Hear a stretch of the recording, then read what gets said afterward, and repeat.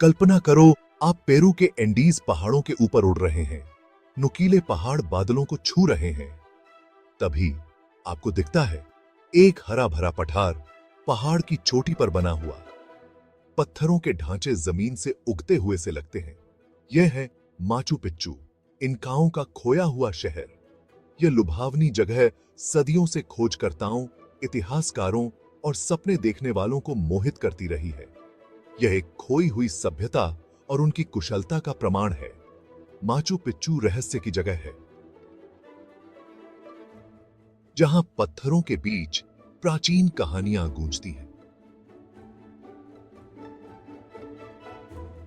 इनका साम्राज्य बहुत बड़ा था। यह 2500 मील से भी ज्यादा दूर तक फैला हुआ था।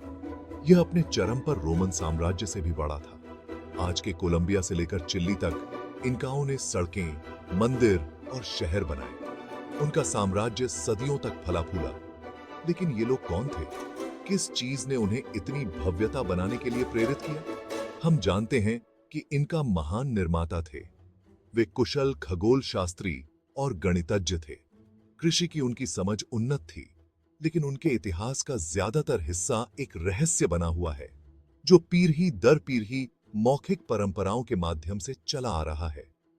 माचू पिच्चू इस लुप्त साम्राज्य के साथ एक मूर्त कड़ी के रूप में खड़ा है। पहाड़ की चोटी पर शहर क्यों बनाया? इनकाओं ने इस जगह को इसके रणनीतिक लाभों के लिए चुना। बादलों में ऊंची छिपी हुई माचू पिच्चू एक किला, एक वापसी और एक पवित्र अभयारण्य थी। यह शक्ति का स्थान था जो आकाश से जुड़ा था। इनका इंजीनियरिंग के उस्ताद थे।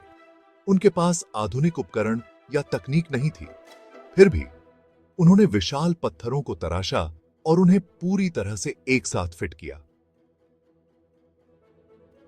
ये तकनीक, जिसे एशलर चिनाई के रूप में जाना जाता है, आज भी प्रशंसा की जाती है। उन्होंने पहाड़ के किनारे छतें भी बनाई। ये छतें कृषि के लिए जरूरी हैं, कटाव को रोकने में मदद करती हैं और एक आश्चर्यजनक दृश्य प्रभाव पैदा करती हैं। इंटिहुआटाना पत्थर एक ब्रह्मांडीय संबंध। माचू पिच्चू के केंद्र में इंटिहुआटाना पत्थर है। यह जटिल नक्काशीदार चट्टान सिर्फ एक खूबसूरत मूर्ति से कहीं ज्यादा है। यह एक खगोलीय वेधशाला, एक कैलेंडर और एक पवित्र वस्तु है। इनका का मानना था कि पत्थर में सूर्य की शक्ति है।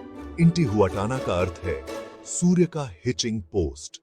साल के कुछ निश्चित समय में सूरज पत्थर के साथ पूरी तरह से संरेखित होता है। परछाइयां गायब हो जाती हैं।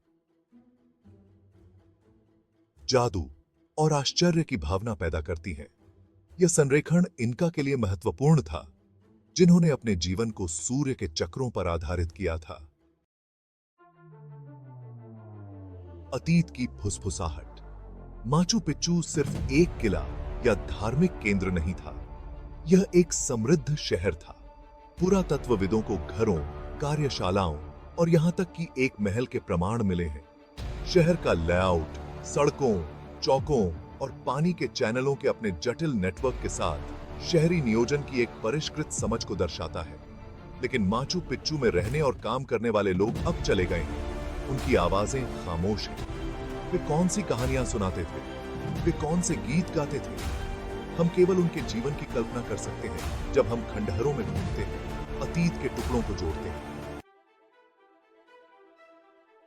समय में जमा हुआ एक शहर, एक आधुनिक शहर की कल्पना करो जो गतिविधियों से भरा हुआ है। अब उस शहर की तस्वीर समय पर जमी हुई है। माचू पिच्चू ऐसा ही लगता है। यह इतिहास के एक क्षण का एक स्नैपशॉट है, जिसे सदियों से संरक्षित किया गया है। स्पेनिश विजेताओं को माचू पिच्चू कभी नहीं मिला।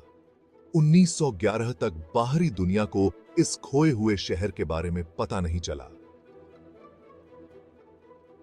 आज माचू पिच्चू यूनेस्को की विश्व धरोहर स्थल है। यह दुनिया भर के लोगों के लिए तीर्थ स्थल है। पर्यटक खंडहरों पर अचंभा करने, इतिहास से जुड़ने और इस प्राचीन स्थान की शक्ति को महसूस करने आते हैं। खोए हुए शहर को फिर से खोजना। 1911 में एक अमेरिकी खोजकर्ता हीराम बिंघम तीसरे माचू पिच्चू पर ठोकर मार दी। उन्हें स्थानीय किसानों ने वहां पहुंचाया जो खंडहरों के बारे में जानते थे। बिंघम की खोज ने सनसनी फैला दी। दुनिया इस खोए हुए शहर की कहानी से मंत्रमुग्ध हो गई जो एंडीज में ऊंचा था। आज हम माचू पिच्चू के रहस्य की ओर आकर्षित होते रहते हैं।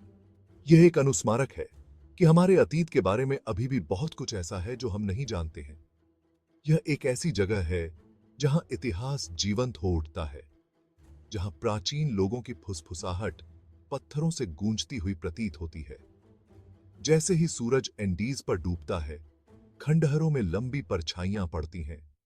शहर को फिर से जीवंत होते हुए उसके निवासियों को अपनी दिनचर्या के बारे में, उनकी आवाजों को एक बार फिर हवा में भरते हुए कल्पना करना आसान है।